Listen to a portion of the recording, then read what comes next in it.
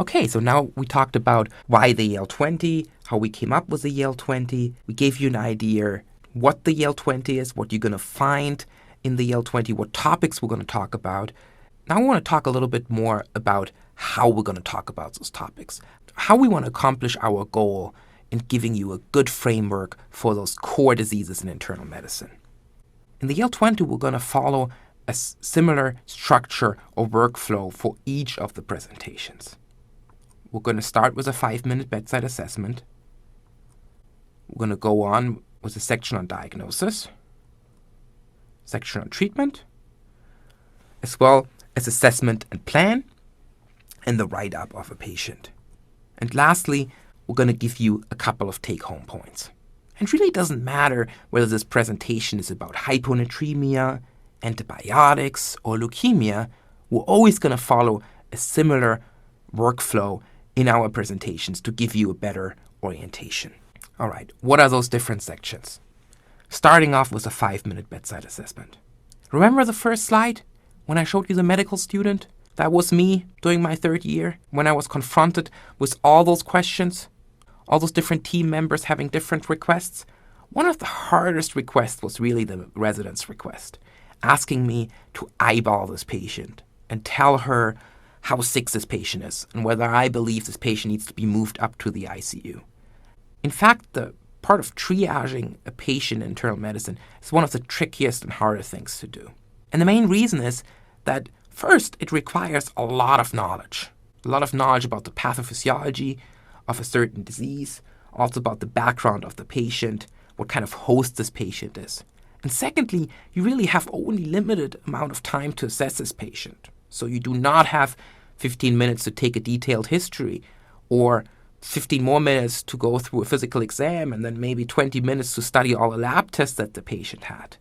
Kind of the stuff that we like to do as medical students, take our time and be very thorough. But no, you really only have 5 minutes to look over all the things that are out there. Both the history, the physical exam, lab findings, preliminary treatments that were done, and to come up with an assessment and say, this patient is not fit for the floor and needs to move to the ICU. So this is a very challenging part. But for every disease, we want to give you a framework how to do this. So, how sick is my patient? And our idea is to do this in the form of a traffic light, with the green light telling you this is a patient for the floor. Okay, this patient can stay on the medical floor. Yellow light only means you need to be a little bit more worried about this patient and consider this patient moving to the step-down unit, an intermediate level of care. And red light is really when you get a lot more worried about the patient, and at this point you have to consider moving this patient to the medical intensive care unit, the MICU. So during this section, the goal is learn how to assess a patient at the bedside in just 5 minutes and determine the level of care. Floor is green, step down is yellow, and MICU is red. Apart from determining how sick my patient is, we also want to give you an overall treatment approach for my patient. Without going into all the details of treating a patient, we want to give you an idea what are the pertinent points, what are the things that you really cannot forget in treating this patient. And the reason for this is that we want you to have the tools at your hand to start the most important steps for treatment right away. Okay? So while you're still collecting data and coming up with differential diagnosis, to start the most important step that will help this patient in this minute. So the goal is to understand the essence of the treatment plan for the clinical condition. Okay, so next is the diagnosis section. This is your time to be Dr. House. First, we want to teach you about the etiology of diseases. In this section, you should learn how to determine the cause for a patient's presentation. And secondly, differential diagnosis. At the heart of every medicine presentation is a good differential diagnosis. So you should understand what are the most important differential diagnoses, how to interpret pertinent positive and negatives in the history and physical exam, as well as how to pick the best lab tests and imaging for your patient. We hope to give you some objective measures. How good are history findings in the physical exam? And how do they compare with lab tests and imaging? And sometimes you will be quite surprised how good certain particular findings are and how poorly other lab tests and imaging hold up in comparison to them. Next comes a section about treatment, assessment and plan, as well as a note and take-home points. For the treatment section, we want you to know how to come up with a good treatment plan and how to give specific instruction to your patient and nurse.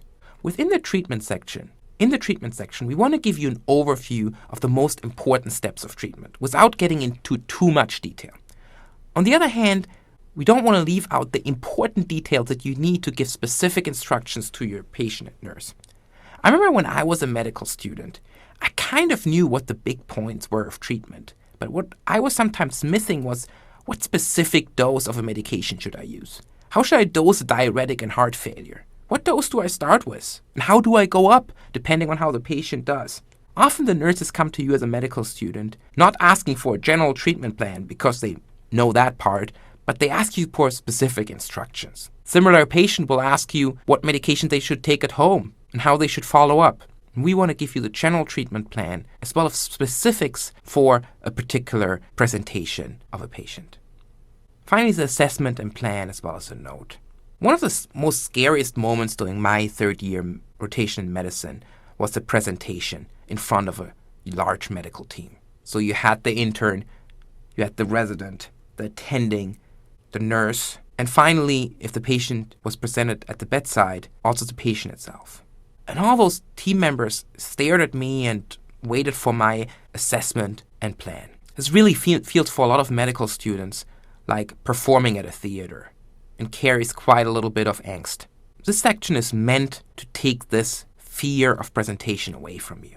For each disease, we want to give you a framework how to come up with a great assessment and plan for this presentation and how to present it in a way to your medical team that everybody on the medical team has a clear and crisp understanding of what you want to do.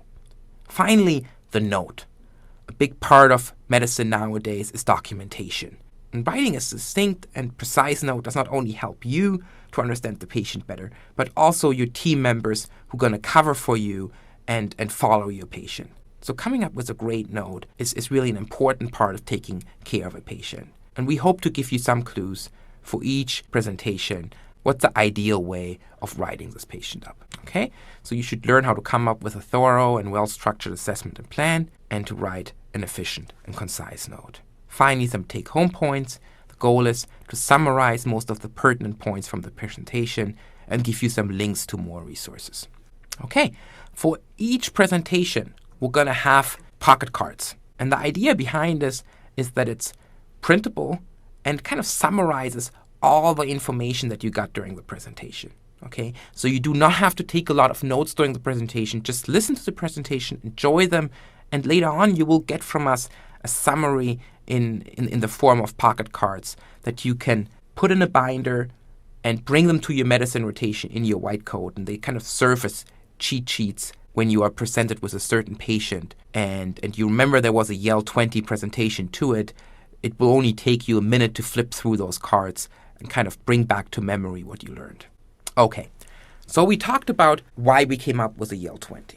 Talked about what it is, what it entails, and how we want to do things. Lastly, probably the most important question is, what is special about the Yale20? As I mentioned before, you have lots of medical resources. You have your lectures, you have books, you have the entire internet at your demand. Why should you go to the Yale20 in order to get more knowledge? First of all, I think most importantly, it is resident-driven. We residents are really closest to your level of training. We remember best how it felt like being a medical student. Remember how I started this presentation? I started it from your perspective. I remember very well how it felt being a third-year medical student in a new team, having never admitted a medicine patient before, and now having all those expectations from the team members to perform well. We know what kind of information you need in order to do well during your rotations. At the same time, we have some of Yale's best faculty that will give you a free attending consult. We recruited faculty to the Yale20 that are known at Yale for their excellence in clinical medicine as well as teaching. Second, the Yale20 has a clear structure. Remember, each presentation follows the same workflow. We're always starting with a 5-minute bedside assessment, no matter whether this is hyponatremia or sepsis, We follow with diagnosis and treatment. We give you an idea what the assessment and plan is, how to present a patient in front of the team, how to write a good note, and we give you take-home points. And those different parts follow the step of a new patient admission. So when you get a new patient to your medicine ward, you don't want to know everything about the etiology and differential diagnosis in the first 5 minutes. No, you want to know how to triage a patient, how to know whether this patient can stay with you, or whether this patient needs to be moved up to the intensive care unit. After the 5-minute bedside assessment, you want to figure out what does the patient have. So then the diagnosis comes into play. After that, you want to treat the patient, and you want to have specific instructions how to treat a patient. Lastly, after you're done with diagnosing a patient and coming up with a treatment approach, you have to present this patient to your medical team. And we're going to give you clear instructions for it. And lastly, you have to write this patient up. And after all the steps that you did before, hours have passed by and it's late in the evening, and now you have to find a good and precise way of writing this patient up. Go back to the Yale20 and you will learn how to write a patient up with cirrhosis. What are the pertinent points you can't forget in a patient with leukemia? Lastly, there is a balance between big concept and practical, hands-on information. We understand that there's so much to know in medicine, and there are lots of resources. If you go to the Harrisons, you will find every single little detail about every medical disease that you can imagine. This is going to be out of scope of our lectures. We want to give you a framework how to approach a medical problem, more than giving you every single detail of the disease. We're going to help you to use your strong background in physiology to approach patient care by understanding concepts. And at the same time, we'll give you hands-on information for the wards. So we will help you with specific diuretic dosing.